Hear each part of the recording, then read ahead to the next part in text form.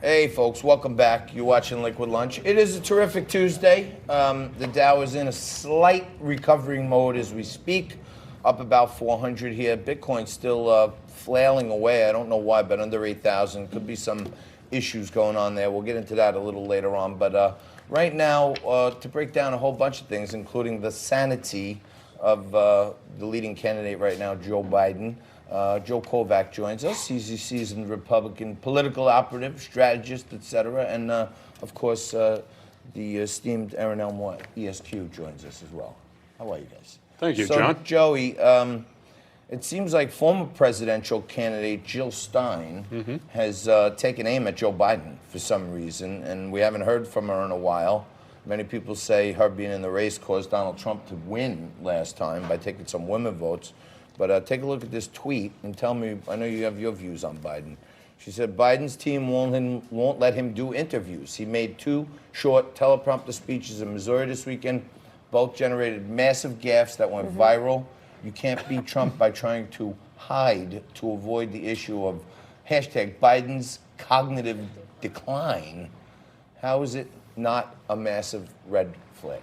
Well, I think Jill Stein is right on point with her assessment of how Joe Biden's campaign is going. I think that Joe Biden has many scripted events. He does not talk off the cuff, which for him would be a disaster.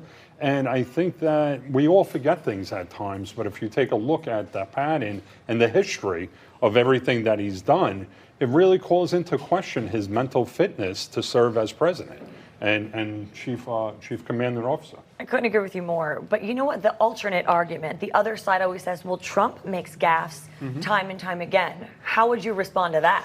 Well, I think that the difference here is that Donald Trump and Bernie Sanders stand for philosophical beliefs that they have.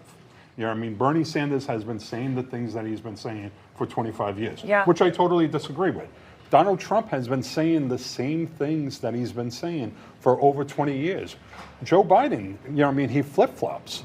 And I know that he's being endorsed by most of the people in the establishment, but it's really ridiculous that Kamala Harris, that practically called him a racist, endorsed him. You know what I mean? Obviously, she's hoping if he becomes president that she'll become attorney general, but, you know what I mean, it's really ridiculous in the sense that, you know what I mean, he's really unfit for office. And, you know what I mean, if he didn't have that big win in South Carolina and the support of Jim Clyburn, where would he be today? Right. Do you think he's capable of getting people to the polls? Is he someone that people are getting behind and enthusiastic about? Or will he hurt Trump because he's just okay and average? No, I don't think that he'll motivate people to come to the polls. I think that if you take a look at even 4 years ago, Bernie Sanders had motivated people to come out to vote. Donald Trump motivated people to come out and vote. And even if you take a look at the number of Republicans that have voted in primaries, where it's only been Donald Trump this year, the numbers far exceed the numbers that were there 4 years ago. So the momentum and the enthusiasm is definitely with the Trump campaign and Trump supporters and Bernie Sanders supporters, and it does not trickle down to Joe Biden because he's the same old, you know what I mean, recycled politician. Similar to Bob Dole in 1996. You would think maybe when Jill Stein comes out and throws a bomb in there, you would think maybe Bernie would jump on the bandwagon and go after Biden. But it doesn't look like he wants to get into that stuff. Take a look at what Bernie had to say. Sentences don't make sense, that he's having trouble completing thoughts. Senator, your thoughts? I'm not going to go at that level in attacking. But Joe and I have, that's for people to decide. All I can say is Joe and I have very significant political differences. And I'm not going to be making, personal attacks on Joe. That's not what I do. Kind of backhanded him, right? I mean, like he said, I'm not going to go there, but people can make up their own mind. Right. He never really digs deep when asked. Don't you see that about him lately? He's always very surface and it's very murky. He never goes for the jugular on anything, and I think eventually he's going to have to. Well, he doesn't come out with details on anything. On anything at all. Even policies, how would you pay for Medicare for all? He's never come up with a concrete plan. He only talks about things in abstract terms. But but Bernie Sanders does not attack anyone. He lets his supporters and his surrogates do the attacking. That's why his supporters are practically similar to mobs, where they incite riots and stuff when you don't agree with Bernie Sanders' platform or his supporters or his campaign. Often. And that's been documented throughout this campaign. But haven't you heard and seen some of the data that shows these people so the Bernie bros, if you will, support him fervently, but when it comes time, when push comes to shove to get to the polls, they don't really get out that much? Well, I think that his biggest problem in Super Tuesday was that he didn't get the young people out to vote. They don't do it for him. Maybe it was because of spring break this time around and people weren't there. And he ran 4 years ago and he had that youth behind him. But he is in a very dangerous peril right now. And I don't see him backing out of the race after today. I don't either. No? I see Joe Biden winning definitely Michigan, even though that he had an incident today that we should talk about that was bad, as well as winning Mississippi. But Bernie Sanders is going to win Washington State. He's going to win North Dakota. He's going to Missouri? win. Missouri is a toss-up because Hillary Clinton only won by 1,500 votes 4 years ago.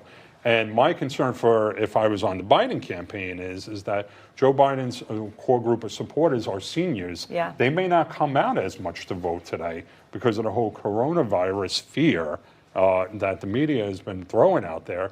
So it may be a toss-up where Bernie can steal that race. What's your take on Idaho? Oh, I hope Bernie Sanders wins hands down, without a doubt. So it's going to be an interesting day to say the least. It is. We might be looking at a CVS, Corona Voter Syndrome. Yes. You know what I mean? They may come up with that. Well, there was too much Corona, so they didn't vote for Joe Biden. Maybe they'll allow the Shadow app, who was supposed to count up Iowa, they still count it. Oh, Right, oh, absolutely. yeah. Maybe they'll let some of these other states use the app. Well, they're going to extend voting in Iowa for the next 3 months Oy. until they get it correct. And what is your take about this incident? Tell us what happened today in Michigan. So I read that Joe Biden was touring an auto plant, and he was touting the stimulus bill and the bailout of the car industry when Barack Obama was president and coming into the presidency. And one of the unionized workers said that, oh, you're going to take away my guns and the Second Amendment. And it turned heated where he spoke to that worker in a disparaging way. So that's no way to win over voters. Right. But hasn't he done this a few times now? Remember he called the one-trick pony dancer? I forget what the expression was. Absolutely. But, There's a lot of those gas. And just don't vote for me, he said to the other one. Well, then just don't vote for me. Yeah. But you see, you have to build the coalition. Right. And that's how Donald Trump won. He built a coalition with non-traditional Republican voters. Absolutely. Where does Joe Biden go to take those people away from Donald Trump if he's attacking them? Union workers were part of the Democratic fold for many, many years, and then they feel that the party turned their back on them. You know, Absolutely. when Mitt Romney ran, I think he got like 6 or 7% of the African American vote. Stated the last time around, I think Trump got like 11 or 12%, and that's probably like underestimated by like the secret. I don't want to admit I'm a Trump guy. So Trump's already like doubled Republican interest in the African American community, and they keep saying, well, Biden's got the black vote, which is great for him in the primaries, Right. But it Doesn't mean much in the general. Right. It's a 20% or so of the total vote, and Trump's nibbling into that. And this Blexit movement is real, especially amongst young people. The black African American exit from the Democrat Party. It's a strong movement, and it's really boding well for Trump. And the biggest thing that we have to keep in mind is that if Bernie Sanders is not the nominee, 1 of 10 of his supporters voted for Trump 4 years ago. That number is going to increase significantly this year, because they're going to feel that he got screwed once again. Because the timing of all the endorsements right before South Carolina and right before Super Tuesday, one before today, was so orchestrated that it seemed like the fix was in. So it doesn't matter what Bernie Sanders says publicly to fall into line when he eventually drops out around the convention probably. His supporters are not going to be enthused voting for a 70-something-year-old senile status quo politician. Yeah. They call him pale, male, and stale. Yeah, I don't think anybody's going to be enthused about either one of us. Joe, thank you so much for joining us. Aaron's going to stick with us. And, the party of diversity in the midterm elections, the most freshmen, the most women, the most minorities, too old white guys running for As president. opposed to a white male and a white female that were owed 4 years ago. And on that, we're going to take a quick break and come back at you with more Liquid Lunch right after this.